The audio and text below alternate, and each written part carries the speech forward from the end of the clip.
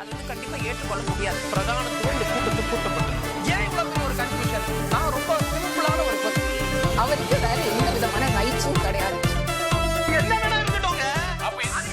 நேர்பட பேசு நிகழ்ச்சிக்கு உங்கள் அனைவரையும் அன்போடு வரவேற்கின்றேன். இன்றைய நிகழ்ச்சியில் நாம் பாதிக்க இருக்கக்கூடிய தலைப்பு என்பது ஆளுநர் RN ரவி அவர்கள் கடுமையான குற்றச்சாட்டுகளை முன்வைத்து சட்டசபையிலிருந்து வெளியேறியிருக்கிறார், வெளிநடப்பு செய்திருக்கிறார். அவர் வைத்திருக்கக்கூடிய குற்றச்சாட்டு என்பது அரசமைப்புக்கும் தேசிய கீதத்திற்கும் அப்பட்டமான அவமரியாதை நடைபெற்றிருக்கிறது சட்டசபையில். இதுதான் அவர் வைத்திருக்கக்கூடிய குற்றச்சாட்டு. முதலமைச்சர் இதற்கு எதிர்வினையாற்றியிருக்கிறார். முதல்வர் சொல்வது சட்டமன்ற ஜனநாயகத்தை மீறுவதையே வழக்கமாக கொண்டிருக்கிறார் ஆளுநர் என சொல்லியிருக்கிறார். மரபுகளை மீறிவிட்டு ஏன் இந்த பதவியில் ஒட்டி கொண்டிருக்கிறார் என்ற காட்டமான எதிர்வினையை மாற்றியிருக்கிறார் முதலமைச்சர். தமிழ்நாட்டின் சட்டமன்ற மரபுகளை மீறுவது யார்? இது பற்றி தான் நம்ம விவாதிக்க இருக்கிறோம். நான் சிறப்பு விருந்தினர்களை உங்களுக்கு அறிமுகம் செய்து விடுகிறேன். அரசியல் விமர்சகர் திரு சுப்பிரமணியன் அவர்கள், வணக்கம். CPM-இலிருந்து MLA சட்டமன்ற உறுப்பினர் நாகை மாலி அவர்கள், வணக்கம். திமுகவிலிருந்து திரு பேராசிரியர் கான்ஸ்டன்டைன் அவர்கள், வணக்கம். நம்மோடு அரசியல் விமர்சகர் ராமசாமி மெய்யப்பன் அவர்களும் இணைந்திருக்கிறார். வணக்கம் திரு ராமசாமி மெய்யப்பன். பேராசிரியர், உங்களிடமிருந்தே தொடங்குறேன். ஆளுநர் மாளிகை ரெண்டு விஷயத்தை பிரதானப்படுத்துறாங்க. தேசிய கீதத்தை அவமதித்து விட்டீர்கள், அதனால இந்த வெளிநடப்பு. ரெண்டாவது, தேசிய கீதத்தின் மரியாதையை மீட்டெடுப்பதில் நாங்கள் இன்னும் உறுதியாக இருப்போம் அப்படின்றதான் பிரதானமாக சொல்றது. ஆளுநர் மாளிகை விளக்கத்தையும் ஆளுநரின் செயல்பாட்டையும் எப்படி பார்க்கிறீங்க? வன்மையாக கண்டிக்கிறது திராவிட முன்னேற்ற கழகம்.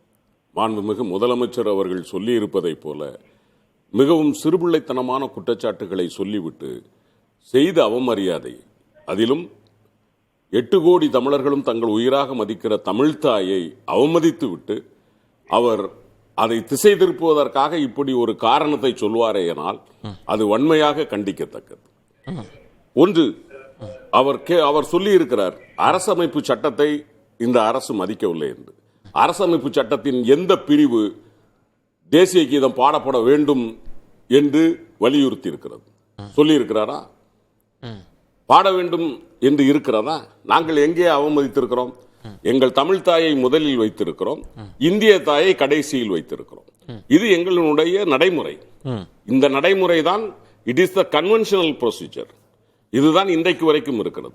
மாண்புமிகு ஆளுநர் அவர்களுக்கு நான் சுட்டிக்காட்ட ஆசைப்படுவது, கடந்த 2019 இதே தமிழ்நாட்டில் அன்றைக்கு எய்ம்ஸ் பில்டிங் நட்டுவதற்காக ஜனவரி 29, 2019 பிரைம் மினிஸ்டர், தமிழ்நாடு கவர்னர், அன்றைய மாநில முதலமைச்சர் எடப்பாடி பழனிசாமி உள்ளிட்டோர் அந்த எய்ம்ஸ் பில்டிங்கான அடிக்கல் நாட்டு விழாவில் நேஷனல் அந்தமும் பாடவில்லை, தமிழ்தாய் வாழ்த்தும் பாடவில்லை. இதை தெரிந்து வேம்பு என்கிற மதுரையை சார்ந்த ஒரு பெண் ஹைகோர்ட்டில் வந்து வழக்கு தொடுக்கிறார். இப்படி இவர்கள் அவமதித்திருக்கிறார்கள், இதற்கு என்ன பதில் என்று நீதிமன்றம் பதில் சொன்னது, it is abundantly clear that when the petitioner herself has stated that there is no mandate for national anthem being sung as a thumb rule, but only a customary practice, mandamus sought for against the respondent cannot be issued. The court dismissed her petition. எப்போ இது? நமது இந்தியத்தினுடைய பிரதமர் நரேந்திர மோடி, அன்றைய ஆளுநர் பன்வாரிலால் புரோஹித், அதை தாண்டி அன்றைக்கு இருந்த முதலமைச்சர், இவர்கள் கலந்து கொண்ட விழாவில் தேசிய கீதம் பாடப்படவில்லை என்பதை வேம்பு என்கிற மதுரையை சார்ந்தவர் தொடுத்த வழக்கில் நமது நீதிமன்றம், உயர் நீதிமன்றம் மிக தெளிவாக சொல்லி இருக்கிறது.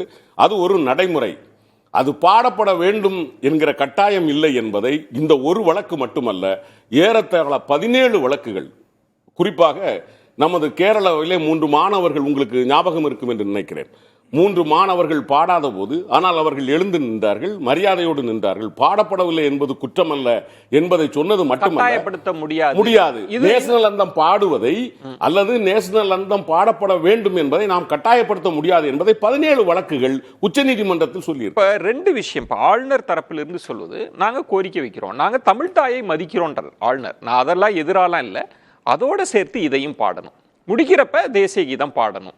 ஒவ்வொரு மாநில சட்டமன்றத்திலும் இது கடைபிடிக்கப்படுகிறது. அது மட்டும் இல்லாமல் மத்திய அரசின் தேசிய கீதம் தொடர்பான உத்தரவிலும் ஆளுநரோ துணைநிலை ஆளுநரோ வந்தா வருகிற போதும் தேசிய கீதம் இருக்கணும், முடிகிற போதும் இருக்கணும். இந்த உத்தரவை பின்பற்றுவதில் என்ன சிக்கல்னு அவர் கேட்கிறார். நான் கேட்பது என்னவென்றால், இன்றைக்கும் இந்தியாவில் 4 மாநிலங்களில் நேஷனல் அந்தம் பாடப்படுவதில்லை என்பது ஆளுநருக்கு தெரியுமா தெரியாதா? இவர் இதற்கு முன்னால் இருந்த நாகாலாந்தில் 2021 வரைக்கும் அங்கு தேசிய கீதம் பாடப்படவில்லை என்பது அவருக்கு தெரியுமா தெரியாதா? திரிபுராவில் இன்றும் பாடப்படவில்லை என்பது அவருக்கு தெரியுமா தெரியாதா? பல மாநிலங்களில் தேசிய கீதம் பாடப்படவில்லை என்பதும், பாடவில்லை என்பது ஒரு தேசிய அவமானம் என்பது இல்லை என்பதையும் உச்சநீதிமன்றம் உறுதி செய்திருக்கிறது. அதன் பிறகு இது அரசியலமைப்பு சட்டம் சொல்லி இருக்கிறது என்று இவர் பொய் பேசுவாரேயானால் அது எந்த வகையில் நியாயம்? ஆளுநர் செய்வது தவறல்லவா? நாங்கள் எங்களுக்கு என்று ஒரு மரபு இருக்கிறது. விஜய், உங்களுக்கு தெரியும், சாதாரணமாக ஒரு விஷயத்தை நாம் முடித்து போட்டு விட்டால், காரியம் முடிந்தது என்றால் நாம் என்ன சொல்லுவோம்? என்ன ஜனகன பாடியாச்சா என்று தான் கேட்போம். இது தமிழ்நாட்டில் மரபு. ஜனகனம் பாடிட்டார்கள் என்று சொன்னால் அதற்கு அர்த்தம் அது அத்தோடு முடிந்து போயிட்டு. அப்படியானால் இந்த பண்பாடு எங்கிருந்து வருகிறது? இந்த பழமொழி அல்லது இந்த சொலவடை எங்கிருந்து வருகிறது? எந்த நிகழ்ச்சியும் தமிழ்நாட்டில் துவக்கும் போது நாங்கள் தமிழ் தாயை வணங்குவோம், முடிக்கிற போது இந்திய தாய்க்கு நாங்கள் வணக்கம் செலுத்துவோம். எந்த இடத்திலும் அவமானப்படுத்தவில்லை. நான் இன்னொன்றும் கேட்கிறேன், மிக தாழ்மையோடு கேட்கிறேன், ஆளுநருக்கு எங்களுடைய பாரம்பரியத்தை பற்றி பேசுவதற்கு அதிகாரம் கொடுத்தது யார்? பேசலாம், நம்ம பேசலாம். சுப்பிரமணியன், இப்போ இது ரொம்ப முக்கியமான விஷயம். இதற்குள் சட்டமன்ற மரபுகளையும் பேச வேண்டியிருக்கு, அரசமைப்பு விதிகள் பற்றியும் பேச வேண்டியிருக்கு, அரசியலையும் பேச வேண்டியிருக்கு. இப்போ இங்கே ஒரு மரபு கடைபிடிக்கப்படுது, தொன்று தொட்டு கடைபிடிக்கப்பட்டு வருகிறது. முதல்ல தமிழ்தாய் வாழ்த்து, இறுதி பகுதியில் தேசிய கீதம். கடந்த ஆண்டே இந்த மரபு குறித்து சபாநாயகர் விளக்கமாக கடிதமும் எழுதியாச்சு. இதுதான் எங்கள் நடைமுறை, நாங்கள் செய்ய மாட்டோம் அப்படின்னு சொல்லி இதை கடைபிடிக்கிறோம் அப்படின்னு. திரும்பவும் தேசிய கீதத்துக்கு அவமரியாதைன்னு சொல்வது எப்படி சரியா இருக்கும்? அதுக்கப்புறமா அவர் ரெக்வஸ்ட் கொடுத்ததுனால அவங்க அவங்களோட மரபை சுட்டிக்காட்டி லெட்டர் போட்டிருக்குன்னு சொன்னார் அப்பாவையா அவர்கள். போன வாட்டி இன்னைக்கு அந்த சபை நடக்கும்போது, சட்டசபை நடக்கும்போதே இது மாதிரி தேசிய கீதம் பாடணும்னு சொல்றாரு. அதில் தான் அங்கே முரண் வருகிறது. அதாவது என்ன சொல்கிறாங்கன்னா, இப்போ ஐயா சொன்ன மாதிரி இவர்களோட எந்த அரசு நிகழ்ச்சிகளும் தமிழ்தாய் வாழ்த்தோட தொடங்கும், அப்புறம் தேசிய கீதத்தோடு முடியுன்றாரு இல்லையா? செப்டம்பர் 2024 ஒரு 4 அமைச்சர்கள் பதவி ஏற்றாங்க இல்லையா ராஜ்பவனில். தேசிய கீதம் தான் முதல்ல பாடுவாங்க. ஆளுநர் இருந்தால் தேசிய கீதம் தான் முதல்ல பாடுறாங்க, முடியும் போது தேசிய கீதம் தான் பாடுறாங்க ஆளுநர் மாளிகையில். ஆளுநர் எங்கெல்லாம் பிரசன்ட் பண்ண, நீங்கள் சொன்ன கோடிட்டு காமிச்சு அந்த MHA சர்க்குலர் நினைக்கிறாரு, ministry of home affairs circular இல்லை, அதில் குறிப்பிட்டு சொல்கிறது என்னென்னா, ஆளுநர் எங்கெல்லாம் இருக்கிறாங்களோ, இல்லை பிரசிடெண்டாக இருக்கட்டும், லெஃப்டினன்ட் கவர்னராக இருக்கட்டும், அவங்க பங்கு கொள்கிற நிகழ்ச்சிகளில் ஆரம்பம் தேசிய கீதமாக இருக்கும், முடிவும் தேசிய கீதமாக இருக்கணும். அது அங்க சர்க்குலர் கொடுத்திருக்காங்க சார். சர்க்குலர் சார், இப்போ இந்த இடத்துல அப்படி இல்ல. இப்ப நான் இந்த விவாதத்தினுடைய கணம் கருதி நான் சொல்றேன். இப்ப நீங்க எல்லாம் பேசலாம், ஆளுநர் மாளிகையில் வாசிக்கப்படுது இல்ல, அதை யாரும் அப்போஸ் பண்ணல.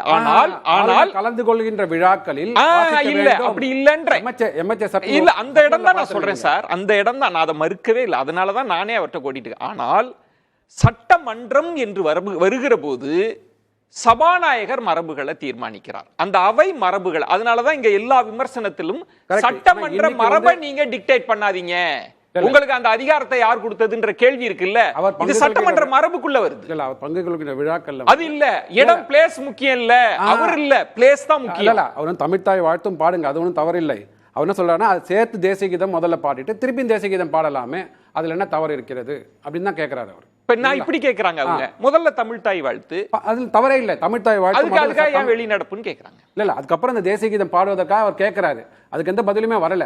அப்பாவையா என்ன சொல்றாருன்னா, இன்னைக்கு அவர் வெளிநடப்பு செஞ்சதுக்கு என்ன காரணம் சொல்றாருன்னா, நீங்க அந்த வீடியோவில் பார்த்துருந்தீங்கன்னா, அதாவது அண்ணா யூனிவர்சிட்டியில் ப்ரோக்ராம் இந்த ப்ராப்ளம் நடந்தது இல்லைங்களா, அந்த ப்ராப்ளத்தை எடுத்து கொண்டு அதிமுக எம்எல்ஏக்கள் அந்த பதாகைகள் தூக்கி கொண்டு வராங்க. அப்புறம் காங்கிரஸ் எம்எல்ஏக்கள் கருப்பு பேட்ச் கொண்டு வராங்க. இவர் என்ன சொல்றாருன்னா, அப்பாவையா அவர் அண்ணா யூனிவர்சிட்டியோட வேந்தராக இருக்கிறார், அவரை பதில் கேட்க வரதுக்காக வந்திருக்காங்க, அதனால சபை சபாநாயகரோட வெர்ஷன் அதுக்குள்ளே வரல. அது சொல்றேன், ஆளுநர் மாளிகை விளக்கம் கொடுக்குது. ஏன்னா சபாநாயகர் இல்ல அவர் சொன்னார், இல்ல ஒரு நிமிஷம், அவர் சொல்றது சபாநாயகர் இதனால் தான் அவர் வெளிநடப்பு செய்தார் என்று அவர் சொல்லவில்லை. அது வேற ஒரு கேள்வி. நான் சொல்லிடுறேன். ஏன்னா சபாநாயகர் நீங்க, ஏன்னா அவர் பொதுவான மனிதர், அவர் சொன்ன கருத்தை மாற்றி, அதாவது சைமல்டேனியஸா அவங்க எழுந்து நின்ற காரணத்தினால், அந்த சார்னு காமிச்சதுனால ஒருவேளை அது அவருக்கு இரிட்டேட் ஆயிருக்குமோ என்றுதான் சொன்னாரே தவிர இதனால வரைக்கும் இதனால் தான் அவர் இல்ல. வெளிநடப்பு செய்தார் என்ற எந்த கன்க்ளூஷனும் இல்ல pointed ஆ நம்ம மாண்புமிகு திசை மாறிட்டோம். சபாநாயகர் இல்ல இப்ப சுப்பிரமணியன் சார் நம்ம எங்க திசை மாறிட்டோன்றதுக்காக சொல்றேன். அவர் யூகத்துல பேசுறார். சபாநாயகர் இதா இருக்குமோ அதா இருக்குமோ ஒண்ணு. பாயிண்டட் ஆளுநர் மாளிகையை விளக்கம் கொடுத்தாச்சு இல்ல. நம்ம அதுல இருந்து தானே பேசலாம். அவரை பொறுத்த அவர் என்ன சொல்றாருன்னா அரசமைப்புக்கும் தேசிய கீதத்துக்கும் அப்பட்டமான அவமரியாதை அவர் சொல்றாருல்ல. இல்ல நான் ஒரு கேள்விக்காக அவமரியாதைன்னு சொல்றாருல்ல. ஆளுநருக்கு ஒரு கடமை இருக்கு. ஆளுநர் உரையை படிக்கணும். 176 அதுதானே சொல்லுது. இப்ப அந்த அரசமைப்பு விதியை அவர் மீறலையா? அதுக்கு அவமரியாதை வரலையா? 176க்கு. அதாவது ஒரு தனிநபருக்கு அங்க ஒரு மரியாதை இல்லைன்ற போது அவர் கோரிக்கை வைத்திருக்கிற ஒரு கோரிக்கையை அதை நீங்க நிராகரிச்சிட்டீங்க. 2-3 வகை சட்டசபை நிகழ்ச்சிகளை நிராகரிக்கிறீங்க. அப்புறம் அங்க அவருக்கு என்ன மரியாதைன்னு சொல்லிட்டு வெளில போறாரு அவரு. இது பகுத்தறிவு நாடு தானே. இங்க சுயமரியாதை முக்கியம் இல்லையா? நான் சொன்ன வார்த்தை அவங்க கேட்கல அப்படின்னா வெளிநடப்பு செயல் என்ன இருக்குது? என்னுடைய ஒரே கேள்வி, அவர் சுயமரியாதை இருக்கக்கூடாதா? என்ன பொறுத்த வரைக்கும் சார் தமிழ்நாட்டினுடைய சட்டமன்ற மரபுகளை தீர்மானிப்பதற்கு ஆளுநருக்கு என்ன அதிகாரம்? சார் நீங்க யார்? அப்படி கிடையாதுங்களா? பிரசிடென்ட் கவர்னர் நீங்க சொல்லுங்க. அது மாதிரி நீங்க சொல்லுங்க. கவர்னருக்கு என்ன டியூட்டியோ அதை செய்யுங்க சார். அந்த டியூட்டி தான் சொல்லியிருக்காங்க. டியூட்டில வந்து இத சட்டமன்ற மரபுகளை மீறணும்னு சொல்லியிருக்காங்க. இல்ல டியூட்டில என்ன சொல்லியிருக்காங்கன்னா அவர் கலந்து கொண்ட விழாக்கள்ல வந்து ஆரம்பத்துல தேசிய கீதம் பாடணும், முடிவுல தேசிய கீதம் பாடணும் இருக்குது எனக்கு கொடுத்திருக்காங்க. அதை சொல்றாங்க. அவ்வளவுதான். இல்ல அப்படி சொல்லல. இல்ல அது அந்த இடம் தான் நமக்கு ஒரு கிளாரிட்டி இல்லாத ஒரு இடம் இருக்கிறது. இருங்க சார், நான் பாயிண்டடா வந்தேன்னா இப்ப போன வருடம் இது அவருக்கு தெரியாமல்லாம் இல்ல. சபாநாயகர் தெளிவுபட சொல்லியிருக்கிறார். எங்களுக்கு 2 மீதும் மரியாதை இருக்கு. இதுதான் மரபு. 91ல இருந்து நம்ம இது கடைபிடிச்சிட்டு வரோம். இதுல எந்த மாற்றமும் இல்லை அப்படின்னு சொல்லிட்டு சபாநாயகர் இந்த முறையும் போய் பார்க்கிறார். பார்த்து தான் அழைக்கிறார். அவர் வரார். அங்க வந்த பிறகுதான் இந்த முடிவு எடுக்கிறார். அப்படின்னா நீங்க எப்படி இன்சிஸ்ட் பண்ண முடியும்ன்ற கேள்வி. இல்ல இப்போ ஏன் இது பாடுவது தமிழ்த்தாய் வாழ்த்துக்கு அப்புறமாக தேசிய கீதம் ஏன் பாடல? பாடுவது உங்களுக்கு எது தடுக்கிறது? ஏன் பாடணும்னு ஒரு கேள்வி இருக்கு. அதான் இறுதியில பாடுறாங்கல்ல. ஏன் பாடணும்னு நீங்க கேட்கும்போது, ஏன் பாடக்கூடாது நம்ம கேட்கும்போது இது யார் தெளிவுபடுத்த போறாங்க? கான்ஸ்டிடியூஷனல் பெஞ்சில் தான் யாராவது தீர்ப்பு கொடுக்க வேண்டியிருக்குது. ஏன்னா வந்து அவர் என்ன சொல்றாருன்னா, என்ன வந்து மேல உலகம் நியமிச்சிருக்காங்க. ஜனாதிபதி முர்மு அவர்கள் நியமித்திருக்கிறார்கள். ஜனாதிபதி நியமித்திருக்கிறார்கள். அந்த மினிஸ்ட்ரி ஆஃப் ஹோம் அஃபேர்ஸ் ஆளுநர் மாளிகையோ யாரோ தரப்பு வந்து இது போன வருஷம் பிரச்சனை தானே. கான்ஸ்டிடியூஷன் தானே தீர்க்கணும்.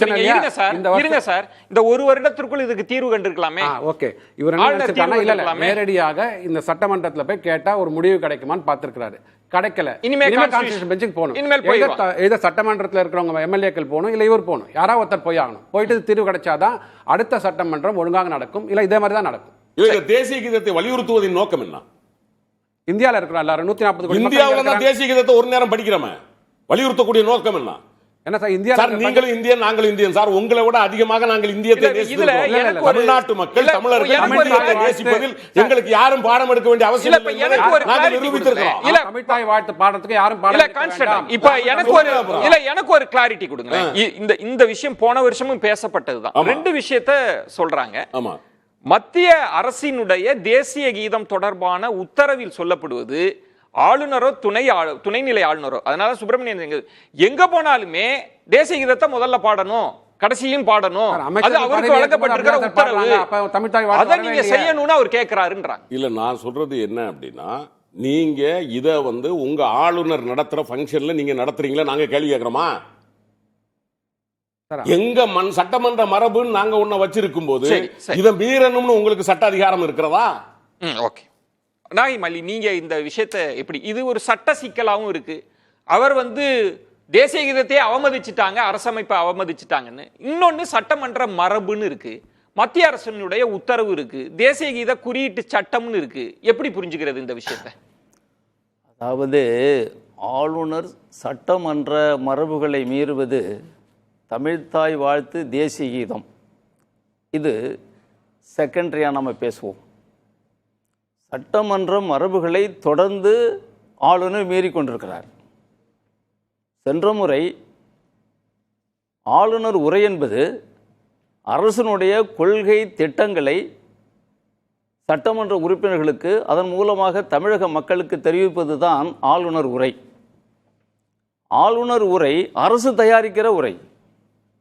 அந்த அரசு தயாரிக்கிற உரையை ஆளுநர் அதில் எந்த விதமான மாற்றமும் இல்லாமல் என்ன எழுதி கொடுக்கிறார்களோ, என்ன பிரிண்ட் பண்ணி கொடுக்கிறார்களோ அதை படிப்பது தான் ஆளுநருடைய கடமை. இது ஒரு சிக்கல். அதுல இருந்து தான் வருது நான் சொல்றேன். அதாவது மரபை மீறுவது என்பது தமிழ்த்தாய் வாழ்த்து, தேசிய கீதம், அதுல நான் வர்றேன். மரபை மீறுகிறார், அது அந்த மரபை முதல்ல மீறுகிறார். சென்ற முறை என்ன பண்ணாரு, அவர் இஷ்டத்துக்கு படிச்சார், எழுதி கொடுத்ததை படிக்கல, அவர் இஷ்டத்துக்கு படிச்சாரு, அது ஒரு மரபை மீறுவது. இந்த முறை என்ன பண்றாரு, தேசிய கீதம் முதலில் பாடுவது, தேசிய கீதம் இறுதியில் கடைசியில் பாடுவது. எந்த நிகழ்ச்சியிலும் ஆளுநர் மாளிகையில பல மாநில சட்டமன்ற அது இருக்கலாம். இந்த தமிழ்நாட்டினுடைய சட்டமன்ற மரபு மீறுவது சம்பந்தமாக விவாதிக்கிறோம். இந்த சட்டமன்ற தமிழ்நாடு சட்டமன்ற மரபு என்பது தமிழ்த்தாய் வாழ்த்து முதலில் பாடுவது, நிகழ்ச்சியுடைய நிறைவாக தேசிய கீதம் பாடுவது. இதுல என்ன அவருக்கு அதில் நெருடல் இருக்கு? இவருக்கு இருக்கிற ஒவ்வாமை, தமிழ்த்தாய் வாழ்த்து மீது இருக்கிற ஒவ்வாமை, தமிழ்நாட்டு மக்களிடம் இருக்கிற ஒவ்வாமை, தமிழகத்தின் மீது இருக்கிற ஒவ்வாமை, இந்த ஒவ்வாமையில் இருந்து அவர் சட்டமன்ற மரபுகளையும் ஒரு மீறுகிறார் என்பதுதான் என்னுடைய அந்த ஆளுநர் மாளிகை என்ன விளக்கம் தராங்க. ஆளுநர் என்ன சொல்றாங்கன்னா, நாங்க தமிழகத்தினுடைய கலாச்சார பண்பாட்டை நாங்க மதிக்கிறோம், தமிழ்த்தாய் வாழ்த்த நானே பாடுறேன்றார் ஆளுநர். நானே தமிழை ரெண்டு முறை பாடணும், தேசிய கீதத்தை பாடணும். தேசிய கீதம் என்பது முதலிலும் ஏன் பாடணும், நிறைவாகவும் ஏன் பாடணும்? எந்த நிகழ்ச்சியிலையும் அப்படி பாடுவதாக எங்களுக்கு தெரியலையே. நிகழ்ச்சியினுடைய நிறைவாக தான் தேசிய கீதம் பாடுவது என்பதுதான் மரபு, வெளியிலே அதான் நடக்குது. அதுல வேண்டுமென்றே இது வெளிநடப்பு பண்ணுவதற்காக, சட்டமன்றத்தை அவமதிப்பதற்காக செய்யக்கூடிய கவர்னருடைய இந்த செயல் என்று நான் பார்க்கிறேன். சுப்பிரமணியன், இதுல நம்ம கூடுதலா பார்க்க வேண்டிய ஒரு அம்சம், ஆளுநர் பல மாநில சட்டப்பேரவைகளை குறிப்பிட்டு சொல்றார். அந்த மாநிலங்களுக்கு மாநில அடையாளம் என்று குறியீட்டு பாடல்கள் இல்லை, அவங்க அதை முன்னிறுத்தல. அந்த ஆளுநர் சொல்வது குறியீடுப்பது தவறா இருக்கான்னு கேட்கிறேன். அங்க அது இல்ல.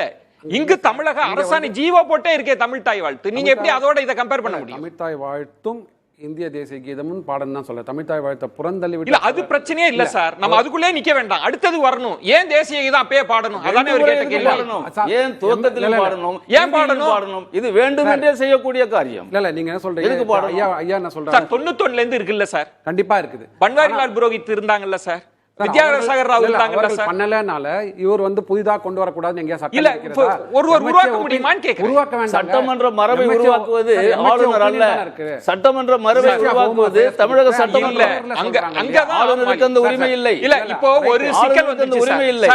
ஒரு சிக்கல், எந்த விழாக்கள்லயும் ஆரம்பம் தேசிய கீதமும் இறுதி தேசிய கீதமும் பாடலன்னு சொல்றீங்க. ஆமா, 26 செப்டம்பர் 2024 சார் ஒரு நிகழ்வு தான் சார். சார் ஒரு நிகழ்வை வச்சு பேச வேண்டாம். ஒரு நிகழ்வு இல்ல, எல்லா நிகழ்வும் இல்ல. தமிழ்நாட்டுல அப்படி இல்ல சார். கருணாநிதி என்ற ஸ்டாலினாகிய நான் பதவியேற்றார் இல்லையா? ஆமா. அப்போ தேசிய கீதம் பாடினாங்க, ஓபனிங்ல, க்ளோசிங்ல எங்க பாடினாங்க? ஆளுநர் இருந்த இடத்துல பாடினாங்க சார். ஆளுநர் இருந்த இடத்துல பாடினாங்க சார். அப்படி இல்ல சார், நான் அந்த இடம் தான் நான் கிளாரிட்டி கேக்குறேன். இல்ல, பிரச்சனை என்னன்னா, இப்ப எங்க நம்ம வந்துட்டோம்னா, சட்டத்தின் பாதுகாவலராக இருப்பது ஆளுநர், சட்டமன்ற லெஜிஸ்லேட்டிவ் அசெம்பிளி தான். இதுக்குள்ளே சட்ட சிக்கல் வந்துருச்சு. நம்ம பொதுவாதத்துல பேசுறோம். என்னன்னா, இவங்க என்ன சொல்றாங்கன்னா, ஆளுநர் எங்கெல்லாம் இருக்கிறாரோ அங்கெல்லாம் நீங்க ஃபர்ஸ்ட் தேசிய கீதத்தை பாட முடியாது. தமிழ்நாடு சட்டமன்ற மரபு என்ன, அதை நடைமுறைப்படுத்துவதுதான் கவர்னருடைய வேலை. அவர் ஒரு மரபை உருவாக்க முடியாது, அந்த அதிகாரம் கவர்னருக்கு இல்லை. கவர்னருக்கு இல்லை. சட்டமன்ற மரபு, தமிழ்நாடு சட்டமன்ற மரபு என்ன என்பதை உருவாக்கக்கூடிய அதிகாரம் தமிழ்நாடு கவர்னருக்கு இல்லை. அவர் வேண்டும் என்று 2 முறை பாட வேண்டும் என்று ஒரு பிரச்சனையை உருவாக்கி வெளிநடப்பு செய்வதற்கான காரணமாக இதை பயன்படுத்துகிறார். என்ன நோக்கம் இருக்க முடியும் நினைக்கிறீங்க? எதற்காக? அதுதான் ஒவ்வாமை, தமிழ் மீது இருக்கிற ஒவ்வாமை, அந்த தமிழ்த்தாய் வாழ்த்து மீது இருக்கிற ஒவ்வாமை. ஏற்கனவே ஆளுநர் உரையில பல பெயர்களை விட்டுட்டாரு, சில சொல்களை விட்டுட்டாரு. என்ன அதெல்லாம் ஒவ்வாமை. பேசலாம். தமிழ்நாட்டின் மீது இருக்கிற ஒவ்வாமையிலிருந்து திரு ராமசாமி, இது எல்லாம் இந்த வாதத்தை அடுத்த அப்படி மேல கொண்டு வரணும் அப்படின்னா இவ்வளவு பேசப்பட்டதுன்றதுல இன்னொரு கூடுதலாக ஒரு பார்வை. இப்ப நீங்க வழக்கறிஞராகவும் இருக்கிறீங்க, பல தீர்ப்புகள்ல உச்சநீதிமன்றம் சட்டமன்றத்தின் மரபுகள் இருக்குல்ல, ஒவ்வொரு சட்டமன்றத்திற்கும் அப்படி இருக்கணுமான்ற கேஸே கூட போச்சு. ஒவ்வொரு சட்டமன்றங்களும் தனக்கான மரபுகளை வடிவமைத்துக் கொள்ளலாம், அதற்கான முழு அதிகாரத்திற்கு உட்பட்டவர் சபாநாயகர் அப்படின்ற தீர்ப்பு இருக்குல்ல. அப்ப எல்லா சட்டமன்றங்களுக்கும் பொதுவான விதி இல்ல, மரபு இருக்கு. அந்த மரபு கடைபிடிக்கப்படுகிறது. அந்த மரபை ஆளுநர் மீறி இருக்கிறார்ன்றதுதான் இப்ப இருக்கிற பிரச்சனை, விவாத பொருளா மாறி இருக்கு. பாரத மன்னருக்கும் தமிழ் மக்களுக்கும் முதற்கண் வணக்கங்கள். என்ன இங்க வருத்தமான விஷயம் அப்படின்னா, ஆளுநரும் சரி, இன்னைக்கு ஆளுகின்ற கட்சியும் சரி, சபாநாயகரும் சரி, எல்லாத்தையுமே கோர்வையாக மக்களுக்கு ஏற்புடைய வழியாக தமிழ் தாய் வாழ்த்து, தேசிய கீதம், அதற்கப்புறம் கவர்னர் அட்ரஸ் எல்லாத்தையுமே சேர்த்து நடத்திருக்கலாம். எல்லாருமே வந்து அவங்களோட ஸ்டேட்மெண்ட் அவங்க முன்ன வைக்கணும் அப்படின்றத மட்டுமே பார்த்திருக்காங்களே தவிர இன்னைக்கு இருந்த பிராக்டிஸ் வரைக்கும் பார்க்கணும். நீங்க கஸ்டமரி அப்படின்னு சொன்னீங்க, அதுக்கு முன்னாடி சில பிழைகள் இருந்தது இந்த டிஸ்கஷன்லயே. அந்த பிழைகள் வந்து ஃபேக்சுவலாவும் லீகலாவும் என்னன்றதுனால பார்த்துடலாம். ஒன்று, சபாநாயகர் மரபை தீர்மானிப்பவர் கிடையாது, ரூலை தீர்மானிப்பவர் கிடையாது. ரூலை வந்து ஆர்டிகல் 208 கான்ஸ்டிடியூஷன் கீழே நம்ம ரூல்ஸ் ப்ரிப்பேர் பண்ணோம். அந்த ரூல்ஸை சட்டசபையில அப்ரூவ் பண்ணணும் மெஜாரிட்டி. அந்த மெஜாரிட்டி அப்ரூவ் பண்றது ஆளுநர் அங்கீகரிக்கணும். அப்பதான் அது ரூல். சோ சபாநாயகர் அங்கீகரித்ததுனால கிடையாது. அந்த ரூல்ஸ் எல்லாத்தையும் இம்ப்ளிமெண்ட் பண்றதோட டியூட்டி, ஹையஸ்ட் ஆனர் அத்தாரிட்டி சபாநாயகர். அது கேள்வி கேட்கிற உரிமை மற்றவர்களுக்கு கிடையாது. அவர் கொடுக்கிற தீர்ப்பு அவரோட முடிவு. இது இரண்டாவது விஷயம். மூன்றாவது விஷயம், எனக்கு ஒரே ஒரு சின்ன விளக்கம். சட்டம் என்பது வேறு, மரபு என்பது வேறு. இப்ப நீங்க சொன்ன விளக்கம் சட்டத்திற்கு கொடுத்தீங்க. அவையின் மரபுக்கு அரசமைப்பு சட்டம் என்ன சொல்லியிருக்கு? எந்த ஆர்டிகிள் மரபை பத்தி பேசியிருக்கு? சட்டமன்றத்தோட மரபை பத்தி? மரபு அப்படின்றது கஸ்டமரி பிராக்டிஸ் மட்டும்தான். அது சட்டத்தில் எங்கேயும் இடம்பெறல. கான்ஸ்டிடியூஷன்லயும் கிடையாது, சட்ட புத்தகத்திலும் இல்ல, நம்மளோட ரூல்ஸ்லயும் கிடையாது. அப்படி பாத்தீங்க அப்படின்னா தமிழகத்துல இதுல நம்மளோட நேஷனல் ஆண்டமையும் சரி, தமிழ் தாய் வாழ்த்தையும் சரி பாடுவது வந்து மரபு அப்படின்னு நம்ம சொல்ற அளவுக்கு நெடுங்காலமாக பாடப்படவில்லை. 1991 முதல் முறையாக பாடப்பட்டிருக்கு. இரண்டுமே, நேஷனல் ஆண்டமும் பாடப்பட்டிருக்கு, அதற்கப்புறம் தமிழ் தாய் வாழ்த்தும் பாடப்பட்டிருக்கு. அன்னைக்கு எல்லாருமே வந்து அவைத்தலைவர் வந்து முடிவு செய்யல, முதலமைச்சர் முடிவு செய்யல, அவையில் இருந்த நபர்கள் முடிவு செய்யல. அன்னைக்கு இருக்க ஆளுநர் அவர்கள் பீஷ்ம நாராயண் சிங் அவரு முடிவு செய்தார். அவர் முடிவு செய்து ஜூலை 4 அன்னைக்கு இது தேவை அப்படின்னு சொன்னாரு. அது நடந்தது. அப்போ நேஷனல் ஆண்டம் பாடப்பட்டது, அதுக்கப்புறம் தமிழ் தாய் வாழ்த்து பாடப்பட்டது, அது ஆரம்பத்திலையும் பாடப்பட்டது, முடிவுலையும் பாடப்பட்டது. சோ அன்னைக்கு புதிதாக ஒரு சிஸ்டம் வருது. அந்த சிஸ்டம் கண்டினியூஸா பிராக்டிஸ்லயே வச்சுட்டு இருந்தாங்க அப்படின்னா நம்ம வந்து ஒரு லாங் பீரியடுக்கு இருந்தா அது கஸ்டமரின்னு சொல்லலாம். நம்ம வந்து இந்த கஸ்டமரி அப்படின்னு சட்டத்தை சொல்ற அளவுக்கு இவங்க கஸ்டமரி ஆகல. கஸ்டமரி அப்படின்னு சொல்லும்போது நம்ம நெடுங்காலமாக 50 ஆண்டுகள் 100 ஆண்டுகள் அப்படின்னு சொல்றோம். இது நம்ம வந்து கணக்குல வச்சதே 1991 அப்படின்னா 9 வருஷம் அந்த புக்கு, இந்த புக்கு 24, 33 வருஷம் தான் அதிகபட்சமாக.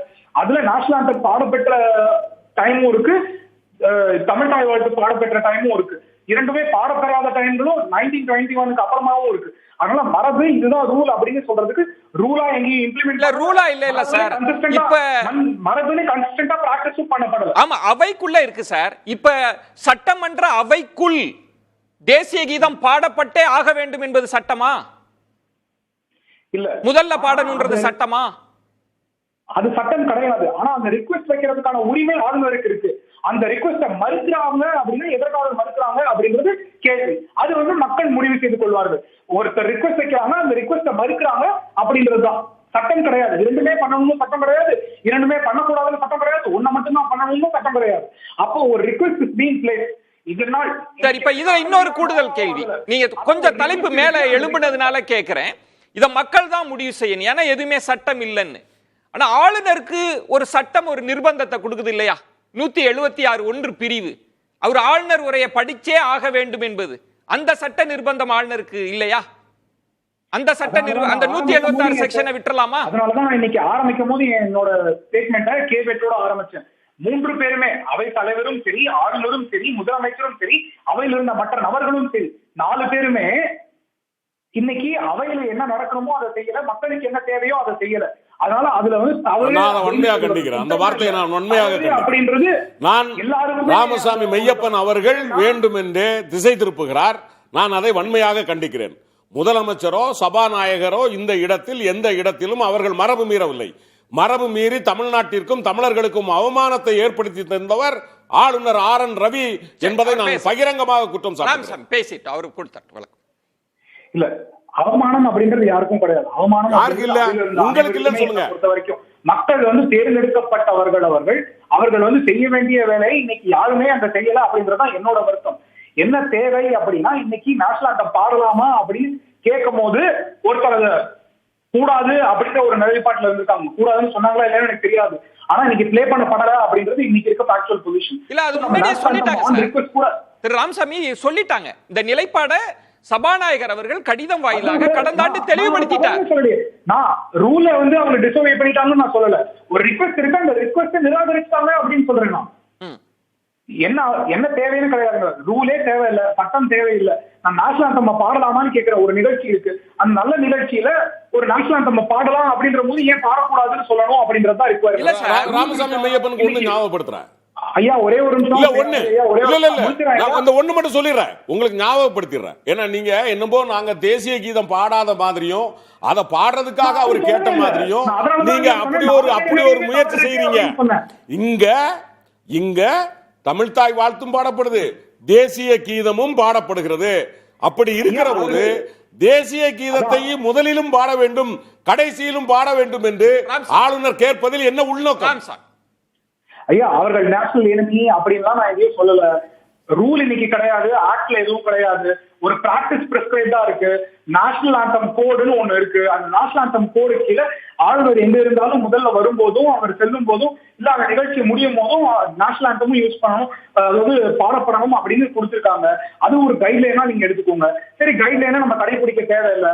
ஒரு ரிக்வெஸ்ட் இருக்கு, ரிக்வெஸ்டை நம்ம நிராகரிக்கிறோம். என்ன காரணத்துக்காக நிராகரிக்கிறோம்ன்றது இருக்கு. ரூல்ல கிடையாதுன்னு சொல்லியிருக்கீங்க. அப்ப அவர் ரூல்ல இல்ல அப்படின்றது அவர் டிஸ்ரெஸ்பெக்டா எடுத்துட்டாரு. ரூல்ல இல்லாத இன்னொரு பர்ஃபார்மன்ஸ். அப்ப தமிழ் தாய் வாழ்த்தை பாடணும் அப்படின்ற ரூல்ல கிடையாது. அது வந்து நம்ம தமிழுக்கு கொடுக்கிற மதிப்பு, நம்ம மக்களுக்கு கொடுக்கிற மதிப்பு. அதாவது தமிழ் தாய் வாழ்த்தை பாடணும். நம்ம இல்ல ஜீவா போடுறாங்க, அரசாணை போடுறாங்க. இல்ல தமிழ் தாய் வாழ்த்துக்கு ஏன் நம்ம பாடலாம் அப்படின்னு ஒரு ரெஸ்பெக்ட்ஃபுல்லா ஒருத்தர் கேக்குறாரு. இல்ல சார், ரெக்வெஸ்ட்ன்றது பிரச்சனை இல்ல சார். இப்போ ஆளுநர்களுக்கு இப்ப இப்படி பார்ப்போமே, வார்த்தை பயன்பாடு அங்க இருக்கு அப்படின்ற போது அந்த நாட்டு பண்ணை பாட தேவையில்லை அப்படின்ற ஒரு முடிவெடுக்கப்படுது. இல்ல அத முதலில்னு சொல்லுங்க. இப்போ நாட்டு பண்ணை பாட தேவையில்லைன்றது தவறான, அங்கதான் அவர் குறுக்கிட்டாரு. நாட்டு பண்ணையே நாங்க நிராகரிக்கல, அது அந்த இடம் நம்ம நீங்க அத சொல்லிட்டீங்க, நான் உங்களை மறுக்கல. இப்ப இந்த இடத்துக்கு வாங்களேன் சார், பாயிண்ட் வந்துடுறேன் சார். இல்ல இப்ப இந்த இடத்துக்கு வரேன். நீங்க மக்கள் பிரச்சனையிலிருந்து தொடங்குறீங்க. கடந்த ஆண்டு இப்ப இந்த திமுக அரசு இப்போது பதவியேற்றவர்கள் புதிதாக நாங்க ஒரு பாட்டை சேர்த்துட்டோம் அப்படின்னா கூட அப்ஜெக்ஷன் அதிகமாக இருக்கும். 91ல இருந்து நீங்க கோடிட்டு காண்பித்தீங்க. அதுதான், இவங்க எதையும் புதுசாலாம் மாத்தல. கடந்த ஆண்டும் போய் தெளிவுபடுத்திட்டாங்க ஆளுநர்கிட்ட. இதுதாங்க மரபு, இதன்படி தாங்க இருப்போம் அப்படின்னு தெளிவுபடுத்தினதாக கடிதம் வாயிலாக தெளிவுபடுத்திட்டாங்க. இப்ப இவர் வந்து நான் திரும்ப அப்படின்னா, இப்ப நீங்க சொன்னீங்களா மக்கள் பிரச்சனைன்னு, முதல்ல பாடப்படுது, கடைசியில தேசிய கீதம் பாடப்படுதுன்னா மக்கள் பிரச்சனை பேசப்பட்டிருக்கும். இப்ப அடுத்த வருஷமும் இதே மாதிரி வெளிநடப்பு தானா? நான் தேசிய கீத மரியாதையை மீட்டெடுப்பேன்னா அவர் இருக்கிற வரைக்கும் வெளிநடப்பு தானா? இல்ல, அது அப்ப ஆளுநராக இருப்பவரோட உரிமை. நான் இதே இருக்கிறதுல அந்த கேள்வியில இல்ல ஆளுநர்ன்றது இல்ல சார், நீங்க மக்கள் பிரச்சனைன்னு பேசினதுனால சொல்றேன். அப்ப மக்கள் பிரச்சனை என்ன ஆகும்? அப்ப இல்ல, ரொம்ப சிம்பிளா இன்னைக்கு ரூல் என்ன இருக்கு அப்படி, ரூல்ல தமிழ் தாய் வாழ்த்து பாடணுங்கிற அவசியம் கிடையாது, தேசிய கீதம் பாடணுங்கிற அவசியம் கிடையாது. இவ்வாறுதான் ப்ரொசீஜர் இருக்கணும். இல்ல, முதல் சிட்டிங்ல அட்ரஸ் மட்டும் தான் இருக்கணும் அப்படின்றதுதான் requirement. Rule 11 Tamil Nadu legislative assembly ரூல்ஸ்ல ரூல் 11 அசம்பிளில அட்ரஸ் இருக்கணும் அப்படின்றது மட்டும் தான் ரிக்வயர்மெண்ட். அப்ப எல்லாரும் உட்கார்ந்த உடனே வெல்கம் அட்ரஸ் கூட கொடுக்க தேவையில்லை. நேரடியாக ஒன்றாக அப்படியே வந்து நம்ம இதனா ஆளுநரோட உரைக்கு போயிடலாம். அதற்கப்புறமாக யாரு மறைந்தவர்கள் இல்ல பிறந்தநாள் இருப்பவர்கள் அந்த செலிப்ரேஷன் இப்ப இந்த இடத்துல நீங்க சொல்றீங்க தாண்டி, ஒரே ஒரு நிமிஷம் நான் முடிச்சிடுறேன். அதெல்லாம் தாண்டி நம்ம வந்து ஒரு சிஸ்டமுக்கு வரோம். அந்த சிஸ்டம் தான் சார் மரபு சார். இப்ப ஒரு பாயிண்ட் வாங்கலேன். இல்ல நீங்க சார் பாயிண்ட்க்கு வாங்கலேன். மரபு அப்படின்னு சட்டமாகும் போது அதான் நான் பாயிண்ட். இல்ல இதுல ஒரு சிக்கல் இருக்கு, இதையும் நீங்க விளக்கி இருக்கலாம். ஒரே ஒரு நிமிஷம். மரபு அப்படின்றது பிராக்டிஸ் ஆகணும் அப்படின்னா 100 ஆண்டுகளுக்கு செய்யணும்.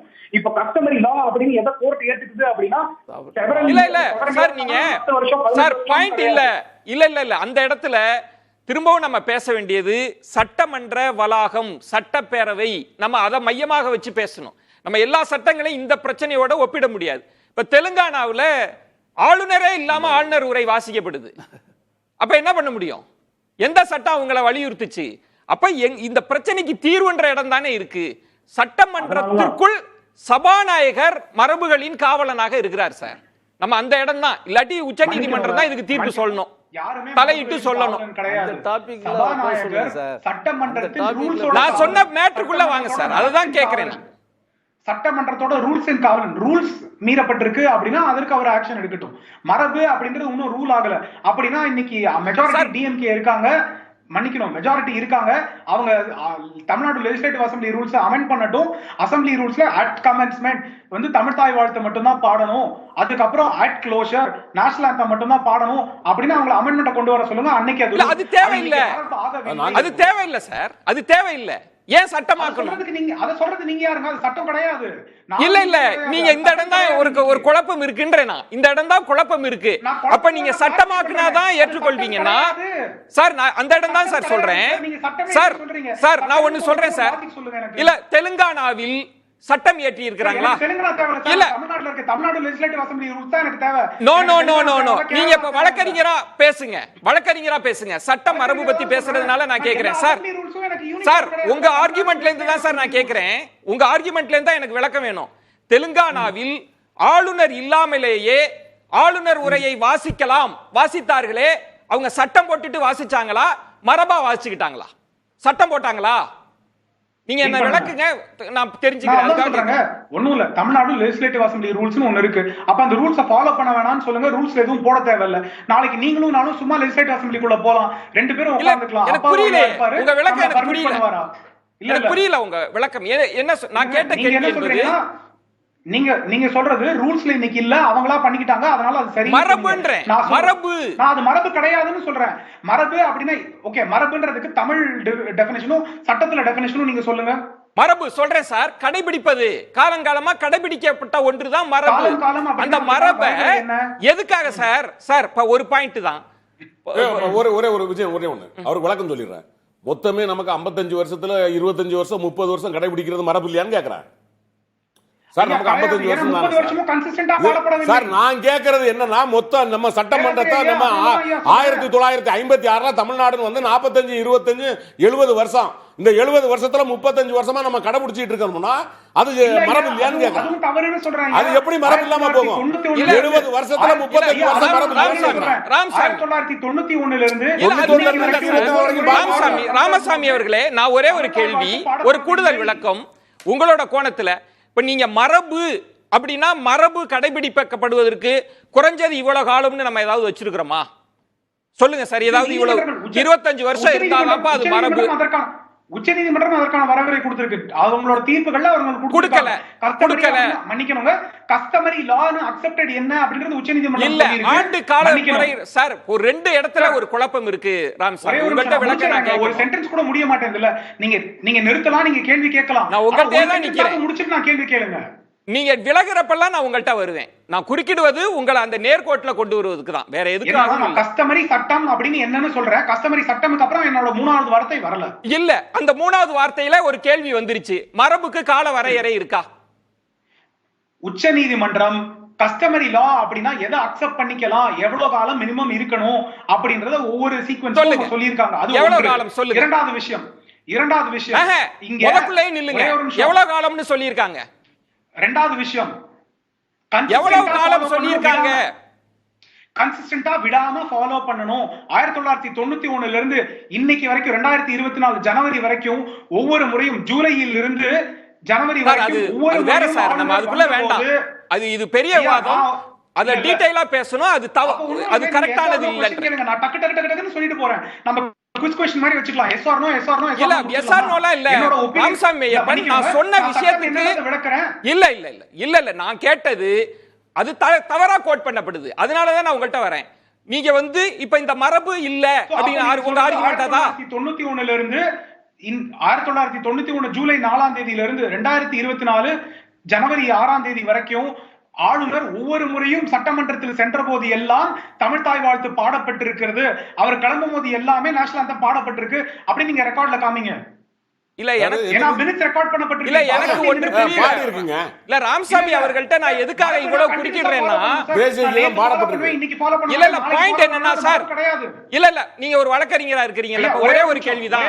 எனக்கு ஒரே ஒரு கேள்வி. இல்ல இல்ல நான் கேட்டுட்டு ஒரு பிரேக் போறேன் சார். நீங்க சொன்ன ஆர்குமெண்ட்ல இருந்து தான் பேசுறேன் சார். நான் கேட்றேன். இல்ல இல்ல இல்ல இல்ல இல்ல நீங்க சொன்னதுக்குள்ள எனக்கு ஒரே ஒரு கேள்வி. இல்ல சார், ஃபாலோ பண்ணனும், நாளைக்கு ஃபாலோ இல்ல இல்ல இல்ல ஒரே ஒரு கேள்வி மட்டும் கேட்டு நான் பிரேக் போறேன். நீ விளக்கத்தை வாங்கிக்கிறேன். இப்ப நீங்க சொன்ன ஆர்குமெண்ட் என்னன்னா, நம்ம பல ஆர்குமெண்ட்டுக்குள்ள போனா மக்களுக்கு எதுவுமே தெரியாது. இப்ப நீங்க என்ன சொல்றீங்கன்னா, ஒரு ஆர்குமெண்ட் உச்சநீதிமன்ற தீர்ப்பின்படி ரெகுலரா ஃபாலோ பண்ணனும். இல்ல அதான் சார் நீங்க சொன்னதை நான் அடிக்கோடிடுறேன், கொஞ்சம் அமைதியா இருங்க ப்ளீஸ். இல்ல ராமசாமி, நீங்க சொன்னதை தான் நான் அடிக்கோடிட போறேன். சட்ட வல்லுநர்கள்லாம் பார்ப்பாங்க, நம்ம தெளிவுபடுத்துவதற்காக தான். இப்ப நீங்க சொல்றபடி என்ன சொல்லிட்டீங்கன்னா, இந்த மரபே கிடையாது, உச்சநீதிமன்ற தீர்ப்பின்படி இத மரபா கன்சிடர் பண்ண முடியாது, ஏன்னா இடையில பிரேக் டவுன் வந்துருச்சுன்னு சொல்ல வரீங்க, கரெக்டா?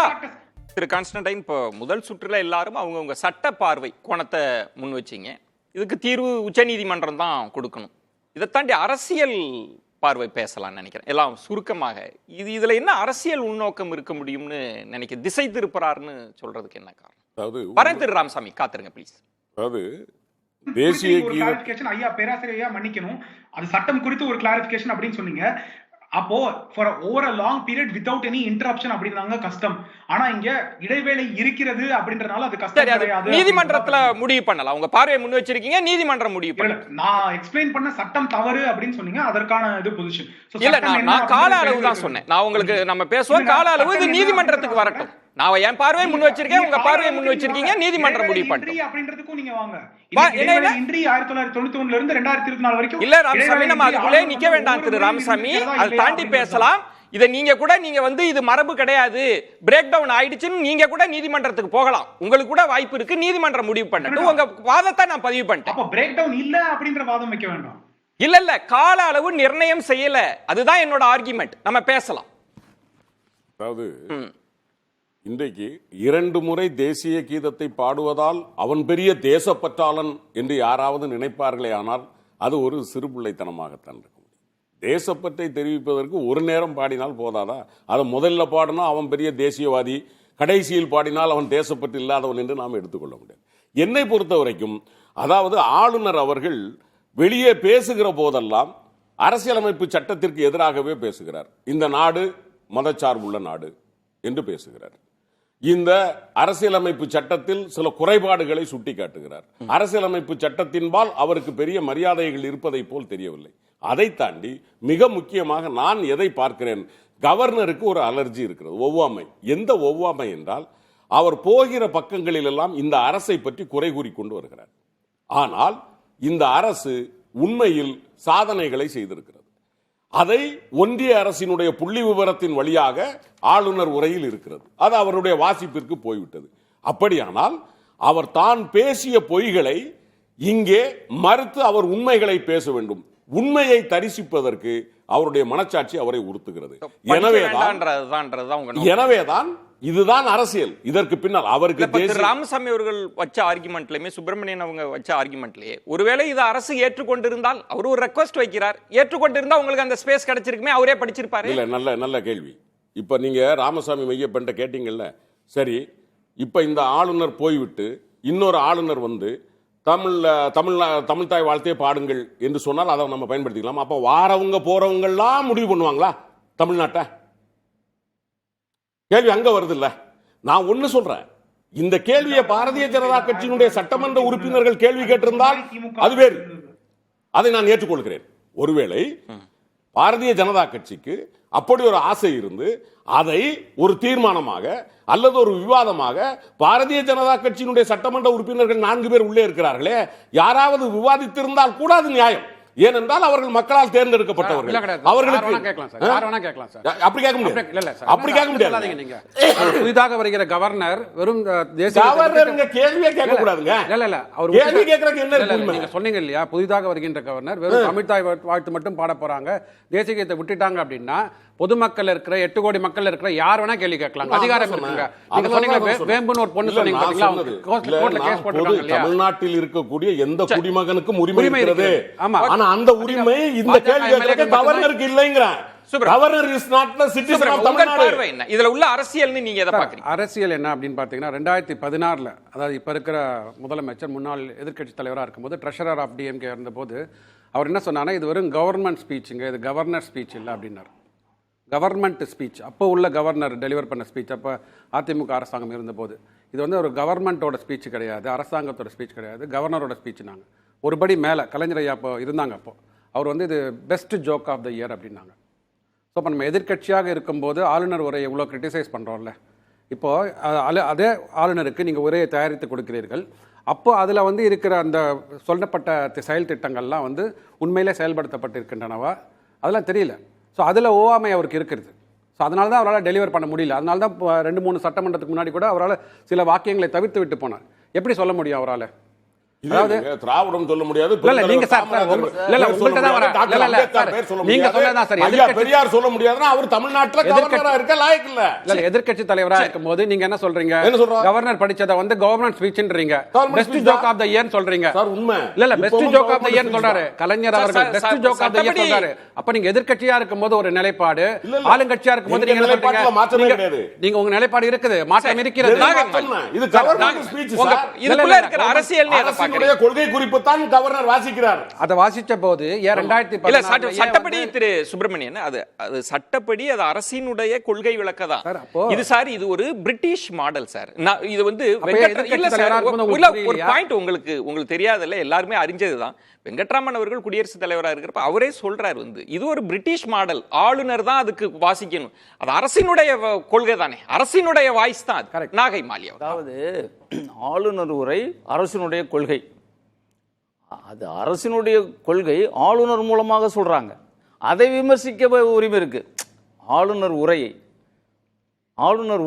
அரசு உரை, அதுல சில எதிர்கட்சிகளோ தோழமை கட்சிகளோ அந்த ஆளுநர் உரையில் இருக்கிற சில விஷயங்களை விமர்சிப்பதற்கு சொல்வதற்கு உரிமை இருக்கு. ஆளுநர் அதை படித்தே ஆக வேண்டும். அவர் என்ன சொல்றாரு? ஒவ்வாமை இருக்கின்றார், அதனால அவர் தள்ளி போடுறாரு. இங்க ஒவ்வாமை இருக்கக்கூடாது. இருந்தா அவர் கவர்னராக இருப்பதற்கு தகுதியற்றவர். இங்க ஒரு தலைவராக இங்க இருக்கக்கூடாது. உங்க தலைவராக இருந்தவர் வெளிப்படையா சுப்பிரமணியன் அவர்கள் இந்த அடுத்த லேயர்ல கேட்டு ஒவ்வாமைக்கே இடமில்லை சார். கேளுங்க, ஒவ்வாமைக்கே இடமில்லை. ஆளுநர் உரையில தயாரித்து கொடுக்கிறதோ அதை படிக்க வேண்டியது அவருடைய கடமை. அதை படிக்கல, அது வேற விதமா படிக்கிறாரு, அதை விட்டு படிக்கிறார்னா அவர் கடமை தவறுகிறார். ஆகவே அவர் ஆளுநராக இருப்பதற்கு தகுதியற்ற. இதற்குள்ள இருக்கிற அரசியல் சுப்பிரமணியன் பேசிட்டாருன்ற சுப்பிரமணியன் அவர்கள் இதற்குள்ள இருக்கிற அரசியல் இந்த கொள்கை விளக்க குறிப்பா படிக்க விரும்பல. உடைச்சு பேசுறதோ உடைக்காத பேசுறதோ இது விளையாட்டு இடம் இல்ல, சட்டமன்றம். ஒரு விஷயத்தை வந்து இலகுவாக நடத்துவதற்கு நாம் வகுத்துக் கொள்கிற ஒரு பாதை. அந்த மரபு இல்லைன்னா எப்படி அது செய்ய முடியும்? அந்த மரபை வந்து அவர் வந்து கவர்னர் கீப் அப் பண்ணணும். அதுதான் ஒரு டியூட்டி. அதுக்காக தான் கவர்னர் இருக்கிறாரு. அவர் ஒரு வாய்ஸ், அரசனுடைய வாய்ஸ். அதை சொல்லிட்டு போறது. நீங்க எதிர்க்கட்சி தலைவராக இருக்கும்போது அந்த கவர்னர் உரையை வந்து best joke of the year சொல்லிட்டீங்க அப்படின்னா வருகின்ற உரைகள் அப்படித்தானே இருக்கும். அப்ப நம்ம எதுக்கு படிக்கணும்? கேள்வி. திரு ராமசாமி மெய்யப்பன், இப்போ சட்டத்தை தாண்டி இதுக்குள்ள இருக்கிற அரசியலா நீங்க எதை பாக்குறீங்க? சுருக்கமா உங்க நிறைவு பார்வை. அரசியலாக 2 பார்வைகள். இன்று தமிழகத்தில் தேவை, மக்கள் வந்து பலது கேட்டு இருக்காங்க. ஒரு பெண்ணின் தனி உரிமை பாதிக்கப்பட்டிருக்கிறது, அதை பத்தின பேச்சு. சட்டம் வந்து எவ்வாறு செயல்படுத்தப்பட வேண்டும், எவ்வாறு இதென்ன வேகமாக செயல்பட வேண்டும் அப்படின்ற ஒரு பார்வை இருக்கிறது. அதை பத்தின பேச்சு இருக்கிறது. அதை தாண்டி வேறு செயல்களுக்கு இன்னைக்கு சென்று விட்டோம் அப்படின்றது ஒரு வருத்தம். 2வது என்ன அப்படின்னா, இன்னைக்கு ஆளுநரோட ரிக்வெஸ்ட்டை பர்ஃபார்ம் பண்ணல அப்படின்னா ஆளுநருக்கு அவமதிப்பு அப்படின்னாலும் அது தவறு தான். அந்த ரிக்வெஸ்ட் வந்து சரியாக தவறாக அப்படின்றது வந்து இன்னைக்கு ரூலும் கிடையாது, சட்டமும் கிடையாது. அப்ப அந்த ரிக்வெஸ்ட் வந்து ஒரு ஹானரபிள் ரிக்வெஸ்ட், அதை ஹானர் பண்ணிருக்கலாம். அதை செய்யாம இருந்தது டெஃபினட்டா ஒரு இன்சல்ட் தான். அந்த இன்சல்ட் வந்து ஆளுநருக்காக இருந்தாலுமே அது தவறு தான். ஏன்னா அவர் இன்னைக்கு கான்ஸ்டிடியூஷனலா அமைக்கப்பட்ட ஒரு பொறுப்பில் இருக்கிறார். அவரை உங்களுக்கு தனிநபராக பிடிக்குதோ இல்லையோ, ஆனா அந்த ஆபீஸ்ல இருந்து அவர் ரிக்வெஸ்ட் வச்சிருக்காரு. அந்த ரிக்வெஸ்ட் தப்பு அப்படின்னா நீங்க ஸ்டிபுலேட் பண்ணிருக்க தேவையில்லை. ஆனா ரிக்வெஸ்ட் வந்து தவறு கிடையாது. ஒன்று. 2வது விஷயம், இன்றைக்கு அரசியல் அப்படின்ற போது இன்னைக்கு திமுக அரசு இருக்கும் ஆளுநரை பத்தி பேசுவதில் அவர்களோட டிஃபால்ட் எல்லாத்தையுமே தாண்டி போக முடியுது. ஒன்னும் இல்ல, சென்னை புறநகர பகுதியில இன்னைக்கு ரோடு மட்டுமே என்ன கண்டிஷன்ல இருக்கு மழைக்கு அப்புறமா அப்படின்னு பார்க்க முடியும். இந்த கண்டிஷன்ல தான் அவங்களோட பர்ஃபார்மன்ஸே இருக்கு அப்படின்னா அந்த லேக் ஆஃப் பர்ஃபார்மன்ஸ், அவங்களோட இன்னெஃபிஷியன்சியை பத்தி இன்னைக்கு பேச்சுகள் அதிகமா இருந்திருக்கும். எதிர்க்கட்சிகள் அதை வரும் வாரங்களில் வரும் நாட்களில் சட்டசபையில் பேசுவார்கள். சுருக்கமா பதில் சொல்றீங்களா? சுருக்கமா. அதாவது இந்த சாலைகள் இப்படி எல்லாம் மோசமா இருக்கிற காரணம் புயல் மழை வந்தது. அதை வந்து அப்படியே நீங்க ஒன்றிய அரசு உங்க ஃப்ரெண்டு மோடிட்ட பேசி கொஞ்சம் பணத்தை அனுப்புனீங்கன்னா ஒரு 3 மாசத்துல போட்டுடலாம், ஒன்னும் பிரச்சனை இல்லை. இப்ப நான் அண்ணன் வந்து தலைவர் கலைஞர் மேல ஒரு சொன்னாங்க. அதாவது terming the statement of the governor on Tamil Nadu becoming a power surplus state the biggest joke of the year. அதாவது 2015 அவர் படிக்கும்போது அந்த ஸ்டேட் வந்து மின்மிகை மாநிலம் என்று சொல்லும்போது 3000 கோடி ரூபாய்க்கு நம்ம வாங்கிட்டு இருந்தோம். அந்த நேரத்தில் 3000 மெகாவாட் வாங்கிட்டு இருந்தோம்.